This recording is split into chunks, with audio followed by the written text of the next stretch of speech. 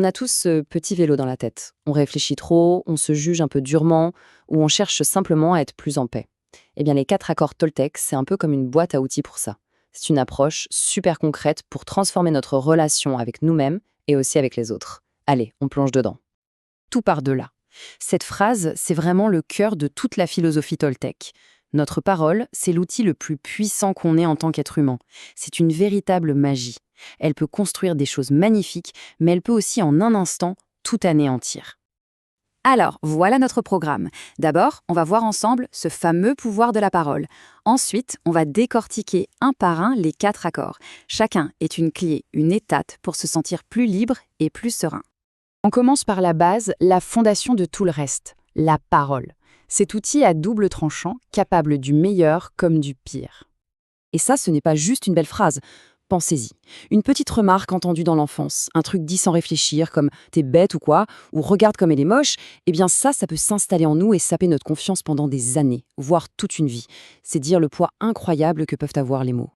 Ce qui nous amène tout droit au premier accord. C'est peut-être le plus fondamental de tous, que votre parole soit impeccable. Mais qu'est-ce que ça veut dire impeccable? C'est super intéressant de regarder l'origine du mot. Ça vient du latin impeccatus. Im, ça veut dire sans, et peccatus, péché. Littéralement, ça veut donc dire avoir une parole sans péché.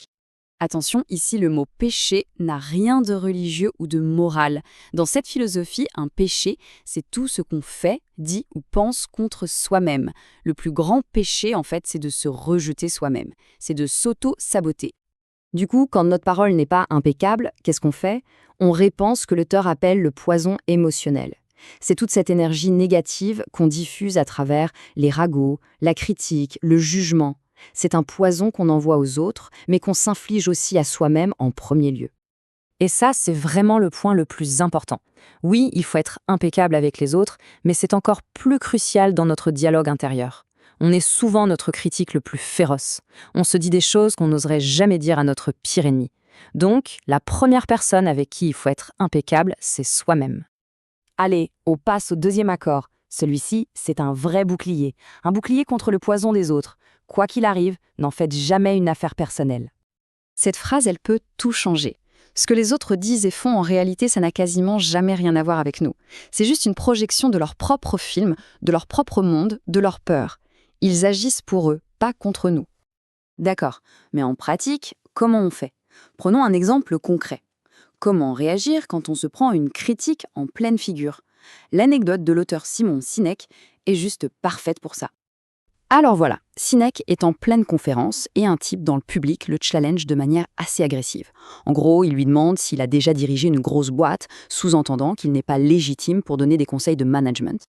L'homme termine son attaque par « Alors, pourquoi est-ce que j'appliquerai ce que vous dites ?» Et là, la réponse de Sinek est géniale de simplicité. « Alors, ne l'applique pas. Point. » Il n'a pas cherché à se défendre, à se justifier, il a simplement refusé d'avaler le poison. Il n'en a pas fait une affaire personnelle.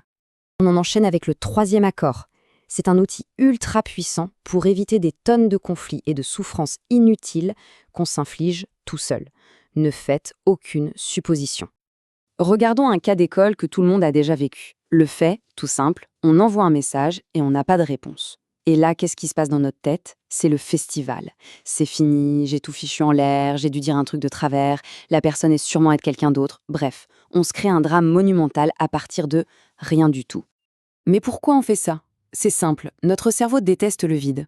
Il a horreur de l'inconnu. Il a un besoin viscéral de tout comprendre, de tout expliquer. Et il préfère 1000 fois une mauvaise explication, même complètement fausse, plutôt que de rester dans l'incertitude. L'antidote?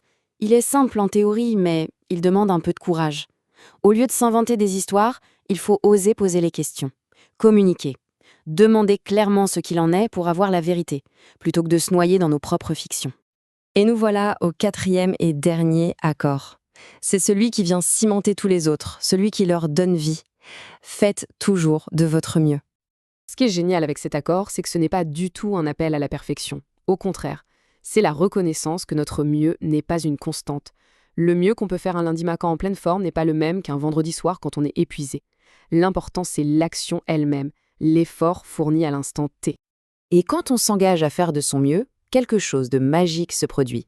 Même la tâche la plus pénible prend un nouveau sens. On ne fait plus les choses pour la récompense ou par obligation, on les fait parce qu'on aime l'action en elle-même. C'est une manière de vivre sa vie à fond, sans regret. En résumé, ce chemin vers la paix intérieure tient en 4 points. 1. Avoir une parole impeccable envers soi et les autres. 2. Ne rien prendre personnellement. 3. Arrêter de faire des suppositions. Et 4. Toujours faire de son mieux. Ces 4 accords, ensemble, c'est un véritable système pour se libérer. Et la promesse finale de tout ça, elle est immense. L'idée n'est pas de changer le monde extérieur, mais de se transformer soi-même. En appliquant ces principes, on peut devenir comme immunisé contre le poison émotionnel, contre cet enfer que les autres et surtout nous-mêmes créons. Et c'est là qu'on peut commencer à vivre dans son propre paradis. Voilà pour l'analyse de ces 4 accords. Mais bien sûr, la théorie ne suffit pas. La vraie question maintenant, c'est, parmi ces 4 clés, laquelle résonne le plus? Par quel accord serait-il le plus pertinent de commencer, dès aujourd'hui?